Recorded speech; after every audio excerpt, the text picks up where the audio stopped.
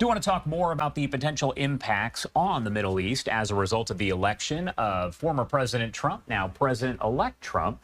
Let's bring in Rich Goldberg, senior advisor at the Foundation for Defense of Democracies, to discuss all of that. Thank you so much for taking the time, as always, to be here with us and help break it all down. You bet. All right, so first off, do want to talk about the election here. Former President Trump, now President-elect Trump, over Kamala Harris.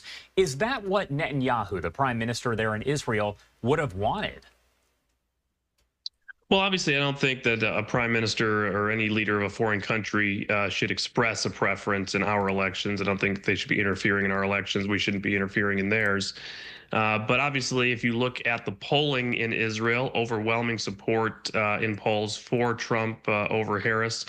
I think you do see sort of across the spectrum, right, center, left in Israel, an appreciation for Trump policies towards Israel and towards the Middle East. Obviously, thinking about maximum pressure on Iran, maximum support for Israel, instead of sort of a return to JCPOA, the Iran nuclear deal, withholding weapons from Israel, executive orders, putting sanctions on Israelis. The way we've seen the last 6 months and a lot of the rhetoric from the Harris campaign, I think, definitely scared Israelis that if she had been elected, they would have seen that escalate further. What about as far as where everything goes from here with the wars, but also the U.S.-Israel relationship? Will that change in any way with the election of Trump? Well, I think you're going to see the U.S. and Israel close ranks. You're not going to see a daily round of leaks by a White House to the media trying to undermine the Israeli government. I don't think you're going to see American meddling in Israeli politics the way you saw under this White House. I don't think you're going to see withholding of weapons. If anything, you're going to be asking the Israelis, what do you need and what can we send as soon as possible to make sure our mutual enemies see that the U.S. supports Israel instead of pressuring Israel? And that will have an effect very immediately on the region. At the same time, I think there's going to be a pivot back towards closer relations to our Gulf Arab allies. Obviously, the Biden administration distanced itself from Crown Prince Mohammed bin Salman in Saudi Arabia early on. That did a lot of damage to our relations. That also triggered second-tier effects with how the Saudis dealt with Iran, the Houthis now firing missiles into the Red Sea. And of course, Iran itself now already on its back heels thanks to Israeli military successes, now facing down a president-elect who they've been trying to assassinate, and senior leaders who likely are to come back into government that they've been trying to assassinate, while of course trying to go after a nuclear weapon, which the president-elect has said he will not allow. So the Middle East is definitely going to change. I hope for the better. The recipe coming back of stability through strength, peace through strength, hopefully an expansion after you can get that stability back of the Abraham Accords and perhaps Saudi-Israel normalization. But there's a lot of work ahead. There's a lot of genies that have been let out of the bottle over the last 4 years. And while the objectives will be clear and the strategies might be similar to what we saw 4 years ago, there will be a lot more challenges ahead, and this is going to be a complicated ride. Want to get your take as an expert here. I know you analyze a lot of this information. Do you think, talking specifically about Iran, and we'll go back to Israel in a second, but does Iran maybe fear former President Trump more than they fear President Biden? Yes, in a word, yes. I don't think that's a question for anyone. We know that Iran had a preference in the election. They were trying to kill one of the candidates, quite literally. They were interfering in other ways to try to influence the election results. They know that one candidate already was responsible for taking out Qasem Soleimani, their terror chief, for threatening to potentially take out its nuclear program if they cross the nuclear threshold, for having applied maximum pressure for the last 2 years of his administration, and obviously one that will not be constraining Israel in the way that we saw the Biden-Harris administration doing as well. So Iran has a lot to fear at the moment, and I hope they do not miscalculate, believing that they need to flex their muscles, race forward with some sort of capability, because they will not like the result from the president-elect. And It's interesting that you mentioned that because, I mean, we're obviously discussing this right here, but we just got a statement, so to speak, that came in from Iran and Hezbollah as they are dismissing Trump's win. They're saying the relationship there with the U.S. won't change. But of course, that is the kind of statement that we would have expected to guess. But again, that statement kind of just coming in here. Do want to go back to talking more about Israel and Netanyahu overall.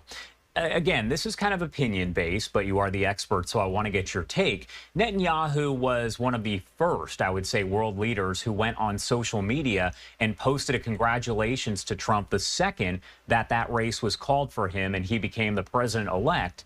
My question for you, was that in any way possibly strategic? Oh, I think it's quite intentional and a very good idea. You have a new president coming into the United States. You're a close ally of the United States. You should be congratulating the president-elect and be very quick about it. I don't know if there's brownie points for being the first, but certainly it's a good diplomatic move on Israel's part. I think it's meaningful to the president-elect. It reaffirms that there are two leaders here who see the world, at least the Middle East and the rest of the world, in a very similar light. They have shared interests. Obviously, our countries share very serious threats, but also very serious opportunities if we collaborate. So I think it was a good move by Prime Minister Netanyahu, and I think there will be a good relationship in the next 4 years. Do you think Trump anytime soon will possibly travel over to Israel to talk a little bit more, maybe with Netanyahu and other leaders there in Israel?